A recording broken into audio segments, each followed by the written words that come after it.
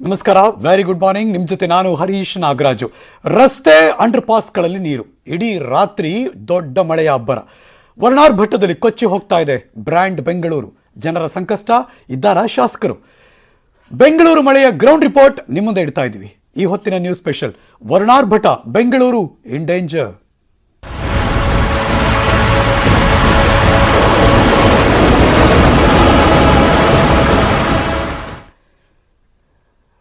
ದೊಡ್ಡ ಮಟ್ಟದಲ್ಲಿ ಬೆಳೀತಿದೆ ಬೆಂಗಳೂರು. ಆದರೆ ಅಭಿವೃದ್ಧಿ ಮತ್ತು ಮಳೆ ಬಂದಾಗ ಆಗುತ್ತಿರುವಂತಹ ಬೆಳವಣಿಗೆ ಇದು ದೊಡ್ಡ ಮಟ್ಟದಲ್ಲಿ ಸಿಕ್ಕಾಕ್ಸ್ತಾ ಇದೆ. ಬರ್ತಾ ಇದೆ ಬ್ರೇಕಿಂಗ್ ನ್ಯೂಸ್. ಸಿಲಿಕಾನ್ ಸಿಟಿ ಬೆಂಗಳೂರಿನಲ್ಲಿ ಮತ್ತೆ ರಣಮಳೆ ಹಿಡಿತು. ರಾತ್ರಿ 10 ಗಂಟೆಯಿಂದ ಸತತವಾಗಿ ಗುಡುಗು ಸಹಿತ ಭಾರೀ ಮಳೆ ಆಯಿತು. Breaking news.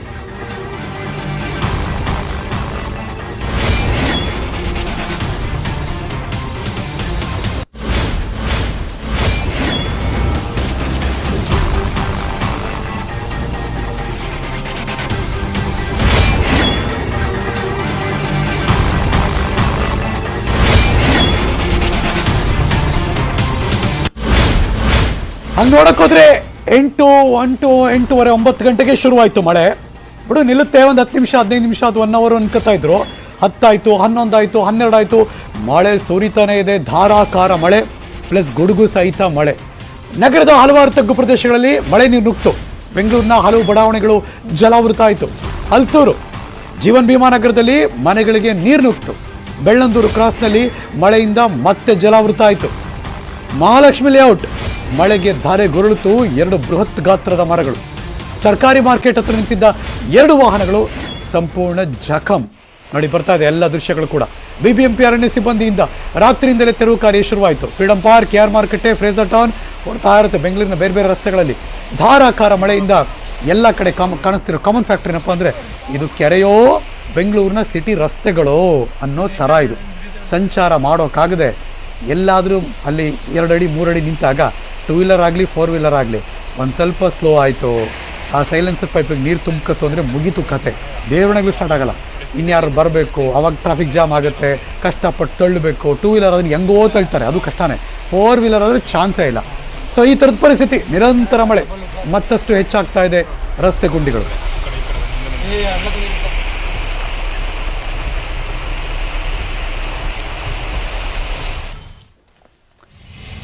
ಚೇಂಜ್ ಆಯ್ತು. ಈಗ ವಿಷುವಲ್ಸ್ ಚೇಂಜ್ ಆಯಿತು. ಬೆಂಗಳೂರಿನ ಬೇರೆ ಬೇರೆ ಲೇಔಟ್ ಚೇಂಜ್ ಆಯಿತು. ಯಾವುದೀಗ ಮೇಕ್ರಿ ಸರ್ಕಲ್ ಅಲ್ಲಿ ನೋಡಿ, ಕಿಲೋಮೀಟರ್ ಗಟ್ಟಲೆ ಹೆಂಗೆ ಟ್ರಾಫಿಕ್ ಜಾಮ್ ಅಂತ. ನಾನು ಆಗಲೇ ಹೇಳಿದ್ನಲ್ಲ, ಅಂಡರ್ ಪಾಸಲ್ಲಿ ನೀರು ನಿಂತ್ಕೊಳ್ಳುತ್ತೆ. ಅದಾದಮೇಲೆ ನಿಧಾನಕ್ಕೆ ಅದು ಕೆಟ್ಟೋಗ್ಬಿಡುತ್ತೆ, ಮತ್ತು ಮುಂದಕ್ಕೆ ಹೋಗೋಕ್ಕಾಗಲ್ಲ. ಅಥವಾ ಮಳೆ ಬಂದಾಗ ತುಂಬ 2 ವೀಲರ್ಸ್ಗಳು ಅಂಡರ್ ಪಾಸಲ್ಲಿ ನಿಂತ್ಕೋತಾರೆ. ಅವಾಗ ಇವರು ಸರಾಗಿ ಹೋಗೋಕ್ಕಾಗಲ್ಲ. ಅಲ್ಲಕ್ಕೆ ಶುರುವಾಯಿತು ನೋಡಿ. ಅದು ಹೆಂಗೆ ಗಂಟುಗಟ್ಟಲೆ ರಾತ್ರಿ ಆದರೂ ಇದೇ ವಾತಾವರಣ ಮೇಕ್ರಿ ಸರ್ಕಲ್. ಇನ್ನು ಶಾಂತಿನಗರ ಡಬಲ್ ರೋಡ್, ಇದು ಗೊತ್ತು ಸರ್, ಪ್ರತಿ ಸರಿ ತೋರಿಸ್ತಿರಲ್ಲ ಅಂದರೆ ಹೌದು, ಇದೇ ಶಾಂತಿನಗರ, ಇದೇ ಡಬಲ್ ರೋಡ್, ಹಿಂಗೆ ಇರುತ್ತೆ ಕತೆ. ಈಗ ಮತ್ತೊಂದು ಸಾರಿ ಅದೇ ವಿಜುವಲ್ಸ್, ಆದರೆ ಯಾವುದೋ ಹಳೆ ವಿಜುವಲ್ಸ್ ಅಲ್ಲ, ಮತ್ತೆ ಅದೇ ಹೊಸ ವಿಜುವಲ್ಸ್. ಮತ್ತೆ ಟ್ರಾಫಿಕ್ ಜಾಮ್, ಮತ್ತೆ ನೀರು ನಿಂತ್ಕೊಳ್ಳುತ್ತೆ, ಮತ್ತೆ ಜನ ಒದ್ದಾಡ್ತಾರೆ. ಲಾಸ್ಟ್ ಹಲಸೂರು, ಜೋಗುಪಾಳ್ಯ, ಅಲ್ಲೂ ಅಷ್ಟೇ ಎಲ್ಲ ಥರ ಒಳ್ಳೆ ಕೆರೆ ನೋಡ್ದಂಗೆ ಅನಿಸ್ತದೆ ನನಗೆ. ಅದೇ ಥರದ ಪರಿಸ್ಥಿತಿ. ನಿನ್ನೆ ರಾತ್ರಿನೂ ನಾನು ಎಲ್ಲೋ ಹೋಗಿ ಮನೆಗೆ ಹೋಗಬೇಕಾದ್ರೂ ಇದೇ ಪರಿಸ್ಥಿತಿಯಲ್ಲಿ ನಾನು ಡ್ರೈವ್ ಮಾಡಿದೆ. ಹಿಂಗೆ ನಾನು ಸಿಗಾಕೊಂಡಿದ್ದೆ. ಹೌದೌದು, ನಾವು ಸಿಗಾಕೊಂಡಿದ್ವಿ ಅಂತ ನೀವು ಎಷ್ಟೋ ಜನ ಹೇಳ್ತೀರಾ. ಇದೇ ಎಲ್ಲರಿಗೂ ಆಗಿರೋ ಅನುಭವಗಳು. ಬೆಂಗಳೂರಿನಲ್ಲಿ ಜೋರು ಮಳೆ ಬಂದಾಗ ಪ್ರತಿಯೊಬ್ಬರಿಗೂ ಇದೇ ಥರ ಆಗಿರುತ್ತದೆ. ಸೇಮ್ ರಿಪೀಟ್ ಅಷ್ಟೇ. ಸೊ ಹಾಗಾಗಿ ಬೆಂಗಳೂರಿನ ಬೇರೆ ಬೇರೆ ಭಾಗದ ದೃಶ್ಯವನ್ನು ತೋರಿಸ್ತಾ ಇದ್ದೀವಿ. ಮಧ್ಯಭಾಗದ ದೃಶ್ಯ ನೋಡ್ರಿ, ಇಲ್ಲಿ ಬಿತ್ತು ದೊಡ್ಡ ಬೃಹತ್ ಗಾತ್ರದ ಮರಗಳು. ಆಗ ಆದ ಅನಾಹುತ ಏನಪ್ಪ ಅಂದರೆ, ಅಲ್ಲಿ ಕಾರುಗಳೆಲ್ಲ ಜಖಮಾಯಿತು. ಪುಣ್ಯಕ್ಕೆ ಯಾರೂ ಇರಲಿಲ್ಲ ಅನ್ನೋದಷ್ಟೇ ಮಾಹಿತಿ. ಮಹಾಲಕ್ಷ್ಮಿ ಲೇಔಟ್ ದೃಶ್ಯ ಮಧ್ಯಭಾಗದಲ್ಲಿ ಚೇಂಜ್ ಆಯಿತು ನೋಡಿ. ಇನ್ನು ಎಕ್ಸ್ಟ್ರೀಮ್ ರೈಟ್ ಈಗ ಸರ್ಜಾಪುರದ ಕಡೆ, ಅಲ್ಲಿ ದೊಡ್ಡ ಸಾಫ್ಟ್ವೇರ್ ಕಂಪ್ನಿಗಳು ಆ ಕಡೆ ಎಲ್ಲ ಹೋಗೋರು ಆರಾಮಾಗಿ ಹೋಗ್ತಾರೆ. ಇನ್ನೇನು ತೊಂದರೆ ಇಲ್ಲ ಅಂದರೆ, ಆಯಿತು ನಮಗೆ ಮಳೆ ಬಂದಿದ್ದಕ್ಕೆ 200-300 ಕೋಟಿ ಲಾಸ್ ಆಗಿದೆ ಅಂತೆಲ್ಲ ಪತ್ರ ಬರ್ತಾರಲ್ಲ, ಇದೇ ಕಾರಣಕ್ಕೆ. ಈ ಸರ್ಜಾಪುರ ರೋಡು ಅಲ್ಲೆಲ್ಲ ಇದೇ ಥರ ಕೆರೆ ಥರ. ಯಾರು ಆಫೀಸ್ಗೆ ಹೋಗೋಕ್ಕಾಗಲ್ಲ, ಗಂಟೆಗಟ್ಟಲೆ ಲೇಟು, ಇನ್ನೇನು ಮಾಡೋಕ್ಕಾಗಲ್ಲ. ನಿನ್ನೆ ಸಂಡೇ ಕರೆಕ್ಟು, ಇವತ್ತು ಬೆಳಗ್ಗೆ ಕಥೆ ಇದೆ. ಯಾರು ಆಫೀಸ್ಗೆ ಹೋಗ್ಬೇಕಾಗಿರೋರು ಮತ್ತೆ ಏನೇನು ಒದ್ದಾಡ್ತಾರೋ ಗೊತ್ತಿಲ್ಲ. ಅಲ್ಲಿ ಬೆಳಗ್ಗೆ ಆದರೂ ಅದೇ ಪರಿಸ್ಥಿತಿ ಇತ್ತು. ಇದು ಸರ್ಜಾಪುರ ಔಟರ್ ರಿಂಗ್ ರೋಡ್ ಅಲ್ಲಿ ಇರುವಂಥ ಅವ್ಯವಸ್ಥೆ, ಅದರ ದೃಶ್ಯ ನೀವು ನೋಡ್ತಾ ಇದ್ದೀರಾ. ನಿನ್ನೆ ರಾತ್ರಿ ಸುರಿದಂಥ ಧಾರಾಕಾರ ಮಳೆಗೆ ಬೆಂಗಳೂರಿನ ಹಲವಾರು ಭಾಗದ ದೃಶ್ಯ. ನನ್ನ ಸಹೋದ್ಯೋಗಿಗಳು, ಕ್ಯಾಮ್ರಾಮೆನ್ನು ಮತ್ತು ರಿಪೋರ್ಟರ್ಗಳೆಲ್ಲ ಸುತ್ತಿ ಎಲ್ಲ ವಿಷುವಲ್ಸ್ ಕಳಿಸ್ಕೊಡ್ತಾ ಇದ್ರು. ಅವರು ನಿದ್ದೆ ಮಾಡಿಲ್ಲ. ಇದು ಬ್ರ್ಯಾಂಡ್ ಬೆಂಗಳೂರಿನ ಅವ್ಯವಸ್ಥೆಯ ಆಗರದ ದೃಶ್ಯವನ್ನು ತೋರಿಸ್ತಾ ಇದ್ವಿ. Let's move on. ರಾತ್ರಿ ಸುರಿದ ಮಳೆಗೆ ಬೆಂಗಳೂರಲ್ಲಿ ಸಾಲು ಅವಾಂತರಗಳಾಯಿತು. ಎಲ್ಲಿ? ಲೆಟ್ಸ್ ಗೋ, ಬೆಳ್ಳಂದೂರು ಕ್ರಾಸ್ ಕಡೆ ಹೋಗೋಣ. ಮಳೆಯಿಂದ ಮತ್ತೆ ಸಂಪೂರ್ಣ ಜಲಾವೃತ ಆಯಿತು Bellandur cross. Breaking news.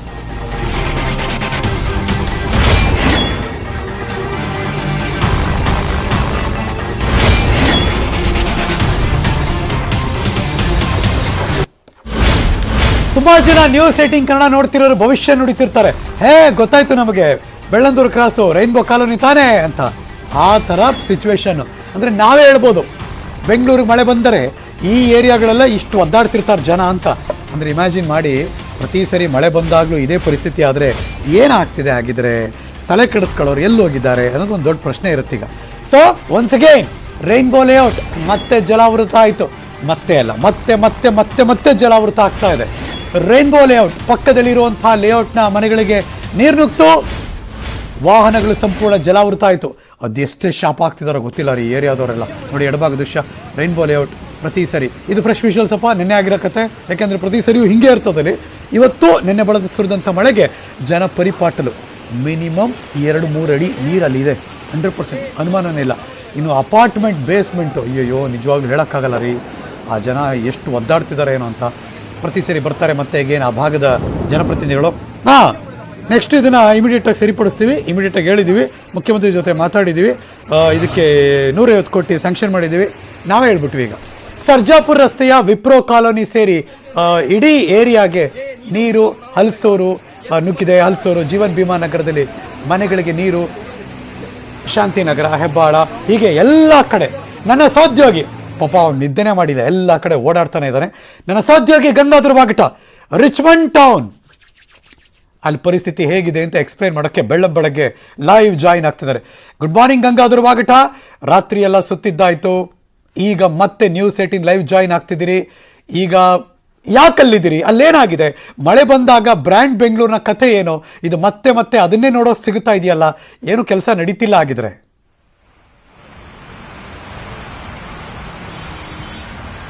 Harish Nagaraju, ಇದೇ ಮೊದಲಲ್ಲ.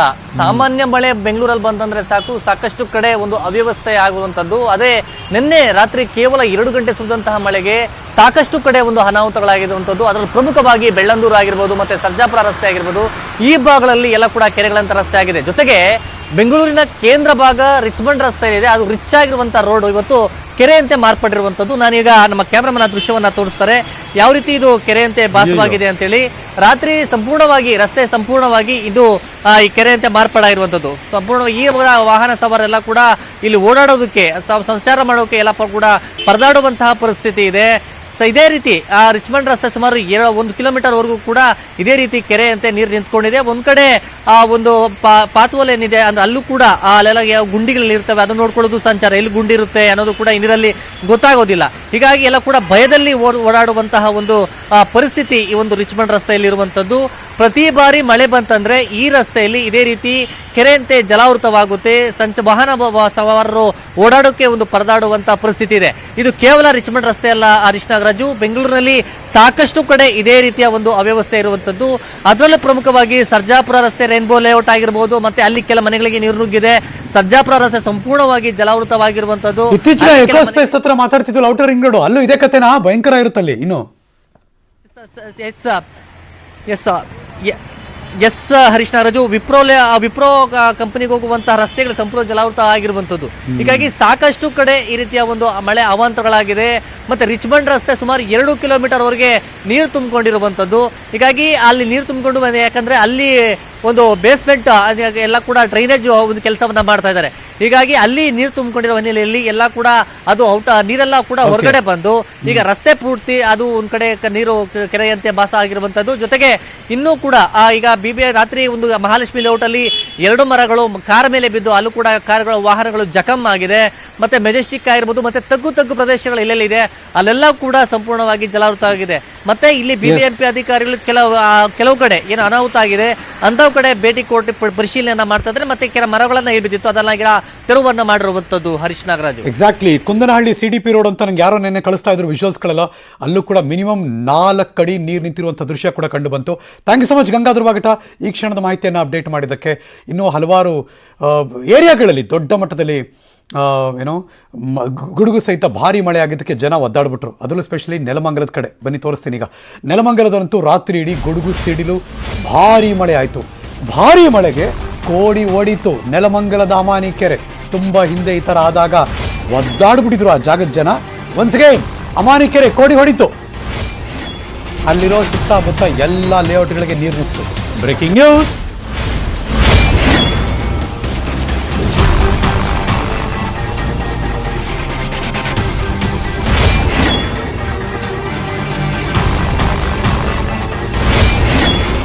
ನೆಲಮಂಗಲದ MG road, Bhaireshwara layout, Seshu layout, Channappa ಬಡಾವಣೆ, ಎಲೆತೋಟ, ಗಜಾರಿಯಾ ಲೇಔಟ್ ಎಲ್ಲ ಕಡೆ ಜಲಾವೃತ. ನೋಡಿ ಯಾವುದೋ ಡ್ಯಾಮಿಂದ ನೀರು ಹಚ್ಚಿ ಬರ್ತದಲ್ಲ, ಅವಾಗ ಮೇಲಿಂದ ಹಿಂಗೆ ಫೋಕಸ್ ಮಾಡಿದ್ರೆ ಹಂಗೆ ಕಾಣುತ್ತಲ್ಲ, ಜೋರ ಫೋರ್ಸ್ಫುಲ್ ಆಗಿ ಹೋಗ್ತಾ ಇದೆ. ಅಂದರೆ ಇದು ನೆಲಮಂಗಲದಲ್ಲಿ ಆ ಲೇಔಟ್ಗಳು, ಆ ಅಮಾನಿ ಕೆರೆ ಕೋಡಿ ಬಿದ್ದದ್ದಕ್ಕೆ ಆ ಲೇಔಟಲ್ಲಾಗಿರುವಂಥ ಪರಿಸ್ಥಿತಿ ದುಸ್ಥಿತಿ ಇದು. ಸಂಪೂರ್ಣ ವಿದ್ಯುತ್ ವ್ಯತ್ಯಯ. ಬಿಕಾಸ್ ಬೆಸ್ಕಾಮ್ನವರು ಇನ್ನು ಮುಂದೆ ಆಗ್ಬಿಟ್ರೆ ಯಾಕೆ ಬೇಕು ರಿಸ್ಕ್ ಅಂತ ಅವರು ಕರೆಂಟ್ ತೆಗಿತಾರೆ. ಈ ಥರದ್ದೆಲ್ಲ ಆಗ್ತಿರುತ್ತೆ. Let's go. ಬೆಳಗಿನ ದೃಶ್ಯ ಏನು ಅಂತ ತೋರಿಸೋದಕ್ಕೆ ನನ್ನ ಸಹೋದ್ಯೋಗಿ ಅಭಿಷೇಕ್ ನೆಲಮಂಗಲದಿಂದ ಲೈವ್ ಜಾಯ್ನ್ ಆಗ್ತಿದ್ದಾರೆ. Good morning Abhishek. ಎಷ್ಟೊತ್ತು ಮಳೆ ಬಂತು? ಇವಾಗ ಭಾಗದ ಮಂದಿಯ ಪರಿಸ್ಥಿತಿ ಹೇಗಿದೆ? BBMP ಅವರು ಏನಾದರೂ ಇಮಿಡಿಯೇಟ್ ಆಗಿ ತ್ವರಿತಗತಿಯಲ್ಲಿ ಅದನ್ನು ಕ್ಲಿಯರ್ ಮಾಡುವಂಥ ಏನಾದರೂ ವ್ಯವಸ್ಥೆ ಮಾಡ್ತಿದ್ದಾರಾ? ತೋರಿಸಿ ಎಕ್ಸ್ಪ್ಲೇನ್ ಮಾಡಿ. ಹರೀಶ್, ಏನಂತಂದ್ರೆ ನಿನ್ನೆ ಸಂಜೆ ಹವಾಮಾನ ಇಲಾಖೆ ಮುನ್ಸೂಚನೆ ಕೊಡ್ತು. ಮುಂದಿನ 3 ಗಂಟೆಗಳ ಕಾಲ ಭಾರಿ ಮಳೆ ಅಂತ ಹೇಳ್ಬಿಟ್ಟು ಅದೇ ಮುನ್ಸೂಚನೆಯಂತೆ ಸುಮಾರು 8 ಗಂಟೆಗೆ ಮಳೆ ಆರಂಭ ಆಯಿತು. 8 ಗಂಟೆಯಿಂದ 11 ಗಂಟೆವರೆಗೂ ಸಾಧಾರಣ ಮಳೆ ಆಯಿತು. 11 ಗಂಟೆಯ ನಂತರ ರಣಭೀಕರ ಮಳೆ ಆಗಿರ್ತಕ್ಕಂಥದ್ದು, ಗುಡುಗು ಸಿಡಿದ ಸಮಯ ಸಹಿತ ಮಳೆ ಆಗಿರ್ತಕ್ಕಂಥದ್ದು. ಎಷ್ಟೋ ಜನ ರಾತ್ರಿ ಸಿಡಿದ ಗುಡುಗು ಸಿಡಿಲಿಗೆ ಬೆಚ್ಚಿ ಬಿದ್ದಿದ್ದಾರೆ ಅಂತ ಹೇಳ್ಬೋದು. ಏನು ಅಂದ್ರೆ ರಾತ್ರಿ ಬಂದಂತ ಮಳೆಗೆ ನೆಲಮಂಗಲದ ಅಮಾನಿ ಕೆರೆ ತುಂಬಿ ಇರ್ತಾ ಇರ್ತಕ್ಕಂಥದ್ದು. ಈಗ ನೀವು ದೃಶ್ಯಗಳಲ್ಲಿ ನೋಡ್ಬೋದು, ನನ್ನ ಎಡಭಾಗದಲ್ಲಿ ನೋಡ್ತಕ್ಕಂಥ ದೃಶ್ಯಗಳು. ಇದು MG ರಸ್ತೆ ಅಂತ ಹೇಳ್ಬಿಟ್ಟು, MG ರಸ್ತೆ ಸಂಪೂರ್ಣ ಜಲಾವೃತವಾಗಿರ್ತಕ್ಕಂಥದ್ದು. ಇಲ್ಲಿಂದ ಸುಮಾರು ಈಗ ನಾವು ನಿಂತಿರ್ತಕ್ಕಂಥ ಜಾಗದಿಂದ ಒಂದು ಅರ್ಧ ಕಿಲೋಮೀಟರ್ ನೀರಿರ್ತಕ್ಕಂಥದ್ದು. ಇನ್ನು ರಾತ್ರಿ ಇಲ್ಲಿ ಕೆಲವರು ಹೇಳ್ತಕ್ಕಂಥ ಪ್ರಕಾರ ಸಂಪೂರ್ಣ ರಸ್ತೆ ಏನು 1.5 ಕಿಲೋಮೀಟರ್ ರಸ್ತೆ ಇದೆ, ಸಂಪೂರ್ಣ ರಸ್ತೆ ಜಲಾವೃತವಾಗಿದೆ ಅಂತ ಹೇಳಲಾಗ್ತಾ ಇದೆ. ಏನಂತಾರೆ, ಪ್ರತಿ ಬಾರಿ ಮಳೆ ಬಂದಾಗಲೂ ಕೂಡ ನೆಲಮಂಗಲದಲ್ಲಿ ಜಲಾವೃತ ಆಗ್ತಕ್ಕಂಥದ್ದು ಈ ಒಂದು ಲೇಔಟ್ ಮೊದಲನೇದಾಗಿರ್ತದೆ. ತುಂಬಾ ಹಳೆಯ ಬಡಾವಣೆ ಆದ್ರೂ ಕೂಡ ಇಲ್ಲಿನ ಜನರಿಗೆ ಈ ಒಂದು ಶಾಪ ಅಂತಾನೆ ಇಲ್ಲಿನ ಜನರು ಅನ್ಕೊಂತ ಇರ್ತಕ್ಕಂಥದ್ದು. ಯಾಕಂದ್ರೆ ಪ್ರತಿ ಬಾರಿ ಮಳೆ ಬಂದಾಗ ಇನ್ನೂ ಕೂಡ ಇಷ್ಟೇ ನೀರು ಇದೇ ರೀತಿ ಪ್ರಳಯದ ರೀತಿ ಪ್ರತಿ ಬಾರಿ ಮಳೆ ಬಂದಾಗ ಕೂಡ ಈ ಒಂದು ರಸ್ತೆ ಮುಖಾಂತರ ಪ್ರಮುಖ ಬಡಾವಣೆ ಆಗಿರ್ತಕ್ಕಂಥದ್ದು. ನೂರಾರು ಜನ ವಿದ್ಯಾರ್ಥಿಗಳು ಇಲ್ಲಿಂದ ಶಾಲೆಗೆ ಹೋಗ್ತಕ್ಕಂಥದ್ದು. ಅದೇ ರೀತಿ ಇದೇ ರಸ್ತೆಯಲ್ಲಿ ಸುಮಾರು 5ರಿಂದ 7 ವಿದ್ಯಾಸಂಸ್ಥೆಗಳಿರ್ತಕ್ಕಂಥದ್ದು. ಯಾವುದೇ ವಿದ್ಯಾಸಂಸ್ಥೆಗಳಿಗೆ ಈಗಿನ ಪರಿಸ್ಥಿತಿ ನೋಡಿದ್ರೆ ಯಾವುದೇ ವಾಹನಗಳು ಹೋಗಲು ಕೂಡ ಒಂದು ಕಷ್ಟ ಸಹಜ ಅಂತ ಹೇಳ್ಬೋದು. ಇಲ್ಲಿ ನೋಡ್ಬೋದು 1-2 ವಾಹನಗಳು ಕೂಡ ಬರ್ತಾ ಇರ್ತಕ್ಕಂಥದ್ದು. ಏನು ಸಾಕಷ್ಟು ತಮ್ಮ ಬೈಕ್ ಸವಾರರು ತಮ್ಮ ಜೀವ ಒತ್ತೆ ಇಟ್ಟು ಮಾತಾಡ್ತಕ್ಕಂಥ ಈ ಒಂದು ವಾಹನಗಳನ್ನು ಹೋಗುವಂತಹ ಪರಿಸ್ಥಿತಿ. ಅಭಿಷೇಕ್, ಈ ಕ್ಷಣದ ಮಾಹಿತಿಯನ್ನು ಅಪ್ಡೇಟ್ ಮಾಡಿದ್ದಕ್ಕೆ. ಮಳೆ ಧೋ ಅಂತ ಸುರಿತಾ ಇದೆ. ಆದರೆ ಗಣೇಶನ ವಿಸರ್ಜನೆ ಮಾಡಬೇಕು. ಗಣೇಶನ ಮೂರ್ತಿಗಳನ್ನ ವಿಸರ್ಜನೆನ ಮಳೆಲೇ ಮಾಡ್ತಿದ್ರು. ದಾಸರಹಳ್ಳಿಯಲ್ಲಿ ಸಾಮೂಹಿಕ ಗಣೇಶನ ವಿಸರ್ಜನೆ ಕೂಡ ನಡೀತು. Breaking news.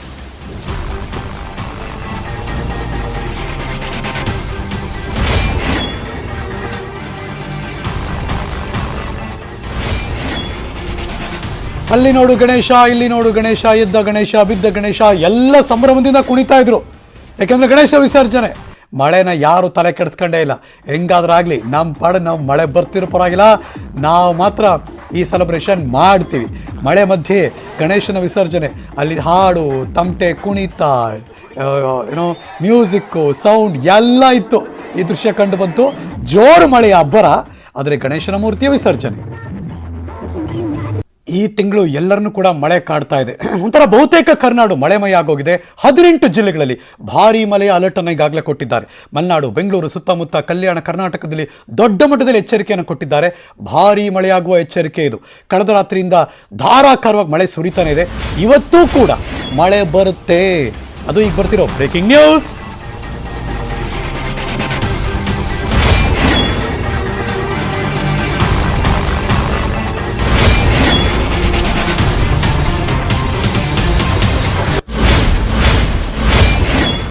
ಹವಾಮಾನ ಇಲಾಖೆಯ ಮುನ್ಸೂಚನೆಯ ಮಾಹಿತಿ ನಿಮ್ಗೆ ಕೊಡ್ತಾ ಇದ್ದೀವಿ. ನಿನ್ನೆ ಮಳೆ ಬಂತು, ಇವತ್ತು ಬರುತ್ತೆ. ರಾಜ್ಯದ 18 ಜಿಲ್ಲೆಗಳಲ್ಲಿ ಭಾರೀ ಮಳೆಯಾಗುವ ಮುನ್ಸೂಚನೆ. ಬೆಂಗಳೂರು, ಮೈಸೂರು, ರಾಮನಗರ, ಚಾಮರಾಜನಗರ, ಚಿಕ್ಕಬಳ್ಳಾಪುರ, ಹಾಸನ, ಚಿಕ್ಕಮಗಳೂರು, ಅಷ್ಟೊತ್ತರ ಥರ ಎಲ್ಲ ಜಿಲ್ಲೆಗಳು ಆಲ್ಮೋಸ್ಟ್ ಕವರ್ ಆಗ್ತಾ ಇದೆ. 18 ಜಿಲ್ಲೆ ಕರ್ನಾಟಕದಲ್ಲಿರೋ 31 ಜಿಲ್ಲೆಗಳಲ್ಲಿ 18 ಜಿಲ್ಲೆ ದೊಡ್ಡ ಮಟ್ಟದಲ್ಲಿ ಮಳೆ ಅಲರ್ಟ್ ಇದೆ. ಭಾರೀ ಮಳೆ ಎಚ್ಚರಿಕೆ ಕೊಟ್ಟಿದ್ದಾರೆ. ಬೆಂಗಳೂರಿನಲ್ಲಿ ಇಡೀ ರಾತ್ರಿ ಧಾರಾಕಾರವಾಗಿ ಮಳೆ ಸುರಿತು. ಬೆಳಗ್ಗೆ ಆಗ್ತಿದ್ದ ಹಾಗೆಯೇ 6 ಗಂಟೆಯಿಂದ ಬೆಂಗಳೂರಿನಲ್ಲಿ ಇದೇನಪ್ಪ ಇದು ಅಂತ ನನಗೂ ಅನಿಸ್ತು. ಬಿಸಿಲು ಬಂದ್ಬಿಡ್ತು ಸಡನ್ನಾಗಿ. ನೋಡಿದ್ರೆ ಕಣ್ಣು ಬಿಡೋಕ್ಕಾಗಲ್ಲ. ಡ್ರೈವ್ ಮಾಡಬೇಕಾದ್ರೆ ಬೆಳಗ್ಗೆ ನಾನು ಆಫೀಸಿಗೆ ಬರಬೇಕಾದ್ರೆ ಆ ಥರ ಬಿಸಿಲು ಶುರುವಾಯಿತು. ಕೆಲ ಹೊತ್ತಲ್ಲೇ ಮಳೆ ಸುರಿಯುವ ಮುನ್ಸೂಚನೆ ಕೂಡ ಇದೆ. ಸೊ ಯಾರುವೆ ಆರಾಮಾಗಿದ್ಬೋಣ ಅಂತ ಅನ್ಕೋಬೇಡಿ, ಹುಷಾರಾಗಿರಿ. ಬಹಳ ಎಚ್ಚರಿಕೆಯ ಮುನ್ಸೂಚನೆ ಇದು. ನನ್ನ ಸಹೋದ್ಯೋಗಿ ಹಂಸ ಶ್ಯಾಮಲ ಬೆಂಗಳೂರು ಮತ್ತು ಮಳೆ ಮುನ್ಸೂಚನೆ ಬಗ್ಗೆ ಮಾಹಿತಿ ಕೊಡೋಕೆ ದೂರವಾಣಿ ಸಂಪರ್ಕದಲ್ಲಿ ಜಾಯ್ನ್ ಆಗ್ತಿದ್ದಾರೆ. Good morning Hamsa. Good morning Harish. ಏನ್ ಕತೆ ಇವತ್ತು ಬೆಂಗಳೂರುದು? ಇವತ್ತು ಮಳೆ ಬರುತ್ತಾ? ಏನಿದೆ ಅಲರ್ಟು? ಹೇಗಿರ್ಬೇಕು ಜನ? ಅಫ್ಕೋರ್ಸ್ ನಿನ್ನೆ ರಾತ್ರಿ ತುಂಬಾನೇ ಮಳೆ ಬಂದಿತ್ತು. ಸೊ ಇವತ್ತು ಕೂಡ ಮಳೆ ಬರುತ್ತೆ ಅಂತ ಈಗಾಗ್ಲೇನೆ ಹವಾಮಾನ ಇಲಾಖೆ ಅಲರ್ಟ್ ಆಗಿದೆ. ಸೊ ಜನರು ಕೂಡ ಎಚ್ಚರಿಕೆಯಿಂದ ಇರಬೇಕು.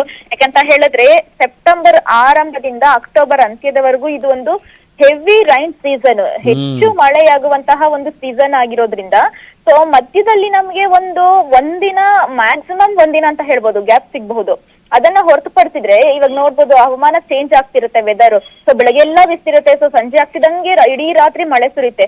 ಸೊ ಈ ತರ ಪಾಸಿಬಿಲಿಟೀಸ್ ತುಂಬಾನೇ ಇದಾವೆ. ಸೊ ಈಗಾಗ್ಲೇ ಫೋರ್ಕಾಸ್ಟ್ ಆಗಿರುವಂತದ್ದು ಇವತ್ತು ಕೂಡ ಮಳೆ ಬರುತ್ತೆ ಅಂತಾನೆ ಎಲ್ಲಾ ಅಂದ್ರೆ ರಾಜ್ಯದ 18 ಜಿಲ್ಲೆಗಳಿಗೆ ಅಲರ್ಟ್ ಅನ್ನ ಕೊಟ್ಟಿದ್ದಾರೆ. ಸೊ ಇದ್ರಲ್ಲಿ ಇನ್ನು ನಾವು ನೋಡೋದಾದ್ರೆ ರೆಡ್ ಅಲರ್ಟ್, ಯೆಲ್ಲೋ ಅಲರ್ಟ್ ಹಾಗೂ ಆರೆಂಜ್ ಅಲರ್ಟ್ ಅಂತ ಇನ್ನು ಡಿವೈಡ್ ಮಾಡಿಲ್ಲ. ಸೊ ಎಲ್ಲಾ ಕಡೆನೂ ಕೂಡ ಹೆವಿ ರೈನ್ ಫಾಲ್ ಆಗುತ್ತೆ ಅಂತಾನೆ ಒಂದು ಅಲರ್ಟ್ ಅನ್ನ ಕೊಟ್ಟಿದ್ದಾರೆ. ಅದ್ರಲ್ಲೂ ಕೂಡ ಬೆಂಗಳೂರು ಒಂದ್ second Hamsa, just hold for a second.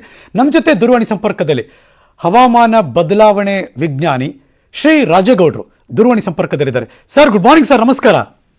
ನಮಸ್ಕಾರ, ಹೇಳಿ. ಪರಿಸ್ಥಿತಿ ಹೇಗಿದೆ ಈಗ ಬೆಂಗಳೂರು? ಇವಾಗ ಬೆಂಗಳೂರಲ್ಲಿ ನಮ್ಗೆ ಸೌತ್ ವೆಸ್ಟ್ ಮಾನ್ಸೂನ್ ಮುಂಗಾರು ಮಾರುತದ ಮೋಡಗಳು ಚಿಕ್ಕ ದಟ್ಟವಾದ ಮೋಡಗಳು ಬರ್ತಾ ಇದಾವೆ ಅರಬ್ಬಿ ಸಮುದ್ರದ ಕಡೆಯಿಂದ. ಅದು ಡಿಸ್ಕ್ರೀಟ್ ಕ್ಲೌಡ್ಸ್ ಬರ್ತಾ ಇರೋದ್ರಿಂದ ಹಗಲತ್ತು ಬಿಸಿಲುಕಾದಾಗ ಆ ಮೋಡಗಳು ವೇಗವಾಗಿ ಸಮುದ್ರದ ಕಡೆಯಿಂದ ಭೂಮಿ ಕಡೆಗೆ ಬರುತ್ತೆ. ಮತ್ತೆ ಆ ಭೂಮಿ ಕಡೆ ಬಂದಾಗ ಇದು ನಮ್ಗೆ ಕರ್ನಾಟಕ, ಸದರ್ನ್ ಕರ್ನಾಟಕ ಮತ್ತೆ ನಾರ್ದನ್ ಕರ್ನಾಟಕ ಎರಡೂ ಕಡೆ ಹೆಚ್ಚು ದಟ್ಟಣೆಯ ಮೋಡಗಳು ಕಾನ್ಸಂಟ್ರೇಟ್ ಆಗಿದಾವೆ. ಮತ್ತೆ ಮುಂದೆ ಕರ್ನಾಟಕದ ಮುಂದೆ ಮಹಾರಾಷ್ಟ್ರ ಆಗ್ಬೋದು, ಆಂಧ್ರ ಪ್ರದೇಶ ಆಗ್ಬೋದು, ತಮಿಳುನಾಡು ಅಲ್ಲಿ ಮೋಡಗಳು ಸ್ವಲ್ಪ ಅಂದ್ರೆ ಉಷ್ಣತಾಂಶ ಕಡಿಮೆ ಇರೋದ್ರಿಂದ ಈ ಮೋಡಗಳು ಮುಂದೆ ಹೋಗೋದಿಲ್ಲ. ಅಂದ್ರೆ ಒತ್ತಡ ಜಾಸ್ತಿ ಇರುತ್ತೆ, ಮುಂದೆ ಹೋಗಲ್ಲ. ಇಲ್ಲಿ ಹೆಚ್ಚು ಮಳೆನ ಸುರಿಸ್ತಾ ಇದ್ದಾವೆ. ಈಗ ನಾವು ನಿನ್ನೆ ಬೆಳಗ್ಗೆ ಹೇಳಿದ್ರೆ ಸಾಯಂಕಾಲದ ಮೇಲೆ ರಾತ್ರಿ ಮೇಲೆ ಮೋಡಗಳು ಕರೆಕ್ಟ್ ಆಗಿ ಬೆಂಗಳೂರು ಅಕ್ಕಪಕ್ಕದ ಲ್ಯಾಟಿಟ್ಯೂಡ್ಗೆ ಬಂದು ಕಾನ್ಸಂಟ್ರೇಟ್ ಆಗುತ್ತೆ. ಅಲ್ಲಿ ರಾತ್ರಿ ಹೆವಿ ಮಳೆನ ಸುರಿಸುತ್ತೆ ಅಂತ ನಾವು ರಾತ್ರಿ ನಿನ್ನೆ ಮಧ್ಯಾಹ್ನನೇ ಪ್ರೆಡಿಕ್ಟ್ ಮಾಡಿದ್ವಿ. ಹಾಗೆ ರಾತ್ರಿ ಇಡೀ ಹೆಚ್ಚು ಮಳೆ ಸುರಿಸುತ್ತೆ. ಇದಲ್ಲೇ ಮತ್ತೆ ಈ ಮಳೆ ಸುರಿಸಿದ್ಮೇಲೆ ಮತ್ತೆ ಬಿಸಿಕಾಯುತ್ತೆ. ಮತ್ತೆ ಸಾಯಂಕಾಲ ಹಿಂದೆ ಇರ್ತಕ್ಕಂಥ ಮೋಡಗಳು ಈ ಭಾಗಕ್ಕೆ ಸೇರಿಸಿ ಇಲ್ಲಿ ಮತ್ತೆ ಮಳೆನ ಸುರಿಸ್ತಕ್ಕಂತ ಒಂದು ಪರಿಸ್ಥಿತಿ ಮತ್ತೆ ರಾತ್ರಿ ಉದ್ಭವ ಆಗುತ್ತೆ. ಸರ್ ಹಂಗಿದ್ರೆ ಈಗ ಬೆಳಗ್ಗೆ ಬಿಸಿಲು ಬಂತಲ್ಲಪ್ಪ ಅಂತ ಒಂದು ಸಮಾಧಾನ ಆದ್ರೆ ಮತ್ತೆ ರಾತ್ರಿಗೆ ರೆಡಿಯಾಗಿ ಜೋರ್ ಮಳೆ ಬರುತ್ತೆ ಅಂತ ಹಂಗಿದ್ರೆ? ಖಂಡಿತ. ಯಾಕೆಂದ್ರೆ ಇಲ್ಲಿ ಬಿಸಿಲು ಬಂದಾಗ ಟೆಂಪರೇಚರ್ ಜಾಸ್ತಿ ಆಗುತ್ತೆ, ಅಲ್ಲಿ ಒತ್ತಡ ಕಡಿಮೆ ಆಗುತ್ತೆ, ಪ್ರೆಷರ್ ಕಡಿಮೆ ಆಗುತ್ತೆ. ಅವಾಗ ಪ್ರೆಷರ್ ಎಲ್ಲಿ ಕಡಿಮೆ ಆಗುತ್ತೆ ಆ ಮೋಡ ಇಲ್ಲಿ ಬಂದು ಕಾನ್ಸಂಟ್ರೇಟ್ ಆಗುತ್ತೆ. ಓಕೆ. ಸೊ ಮತ್ತೆ ಸಂಜೆ ಒಂದು 5 ಗಂಟೆ, ಒಂದು 7 ಗಂಟೆ 8 ಗಂಟೆ ಆಗ್ತದೆ ಮತ್ತೆ ಮಳೆ ಶುರು ಆಗುತ್ತೆ. ಖಂಡಿತ. ಸರ್ ಜನ ಅಲರ್ಟ್ ಅಂದ್ರೆ ಒಂದು ಪ್ರತಿನಿತ್ಯದ ಓಡಾಟದಲ್ಲಿ ಇರ್ತಾರೆ ಜನ, ಆದ್ರೂ ಅಲರ್ಟ್ ಆಗಿರ್ಬೇಕು. ಹೆಲ್ತ್ ವೈಸ್ ಅಲರ್ಟ್ ಆಗಿರ್ಬೇಕು ಅಂದ್ರೆ ಏನೇನ್ ಮಾಡ್ಬೇಕು ಸರ್? ಅಲ್ಲಿ ನೀವೇನಂದ್ರೆ ನಿಮ್ಮ ಎಲ್ಲಾ ಕೆಲಸಗಳನ್ನ ಬೇಗ ಆದಷ್ಟು ಮುಗಿಸ್ಕೊಂಡು ಮನೆ ಸೇರ್ಕೊಳ್ಳೋದು ಒಳ್ಳೇದು ಬಿಫೋರ್ 7 o'clock. ಇನ್ನೊಂದ್ 2-3 ದಿವಸ ಈ ಪರಿಸ್ಥಿತಿ ಇನ್ನೊಂದ್ 2-3 ದಿವಸ ಇದೆ. ಕೆಳಗಡೆ ಮೋಡಗಳು ದಟ್ಟಣೆಯ ಮೋಡಗಳು ಬರ್ತಾ ಇದಾವೆ. ಸೊ ಈ ಮೋಡಗಳು ಹಗಲತ್ತು ಬಿಸಿಲು ಕಾಯಿರುತ್ತೆ, ಸಾಯಂಕಾಲ ಕಲ್ಲಿಡ್ ಆಗುತ್ತೆ. ಅದನ್ನ ತಿಳ್ಕೊಂಡು ಜನಗಳು 2-3 ದಿವಸ ಅವ್ರ ದಿನನಿತ್ಯ ಕೆಲಸಗಳನ್ನ 7 ಗಂಟೆಯೊಳಗೆ ಮುಗಿಸ್ಕೊಂಡು ಮನೆ ಸೇರ್ತಾರೆ. ಬೆಂಗಳೂರು ಸುತ್ತಮುತ್ತ ಇರ್ತಕ್ಕಂಥ ರಸ್ತೆಗಳೆಲ್ಲ ನೀರು ನಿಲ್ಲುವಂತ ಪರಿಸ್ಥಿತಿ, ಇದಕ್ಕಿಂತ ಹೆಚ್ಚು ನೀರು ನಿಲ್ಲೋ ಪರಿಸ್ಥಿತಿ ಇದ್ದೇ ಇರುತ್ತೆ. ಈ ತರದ ಬೆಳವಣಿಗೆ ಎಷ್ಟು ದಿನ ಫೇಸ್ ಮಾಡ್ಬೇಕು ಸರ್ ನಾವು? ಇನ್ನೊಂದು 2-3 ಸಾವಿರ ಇರುತ್ತೆ ಸದ್ಯದಲ್ಲಿ. ಈಗ 2-3 ದಿನ ಬರೋದು. Concentrate heavy dense clouds are coming towards this latitude.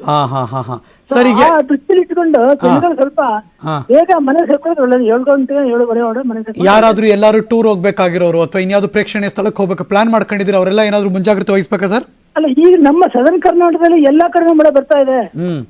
Southern Karnataka ಮತ್ತೆ ನಾರ್ದರ್ನ್ ಟಿಪ್ ಆಫ್ ಕರ್ನಾಟಕದಲ್ಲಿ ಎರಡೂ ಕಡೆ ಇದೆ. ಕೆಲವು ಪೋರ್ಷನ್ ಬಿಟ್ರೆ ಬಳ್ಳಾರಿ, ರಾಯಚೂರು ಆ ಕಡೆ ಸ್ವಲ್ಪ ಬಿಟ್ರೆ ಇನ್ನು ಬೇರೆ ಕಡೆ ಎಲ್ಲ ಕಡೆ heavy clouds R concentrating.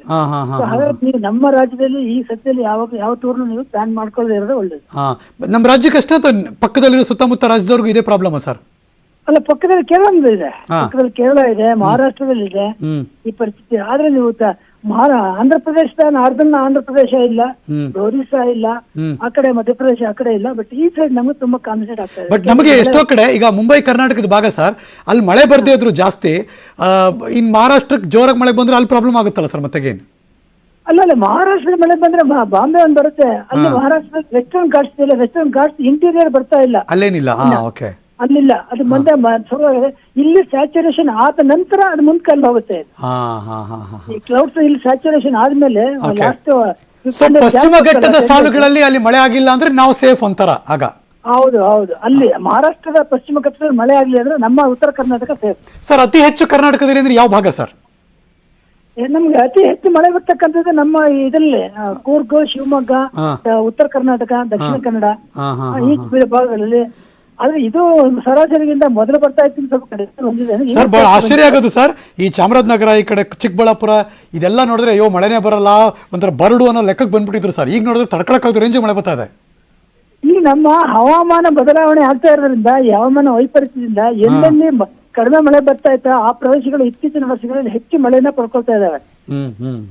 Traditional ಏರಿಯಾದಲ್ಲಿ ಮಳೆ ಕಡಿಮೆ ಆಗ್ತಾ ಇದೆ. ಒಟ್ಟಾರೆ ನಮ್ಮ ರಾಜ್ಯದಲ್ಲಿ ಮತ್ತೆ ನಮ್ಮ ರಾಷ್ಟ್ರದಲ್ಲಿ ಮಳೆಯ ಪ್ರಮಾಣ ಜಾಸ್ತಿ ಆಗ್ತಾ ಇದೆ.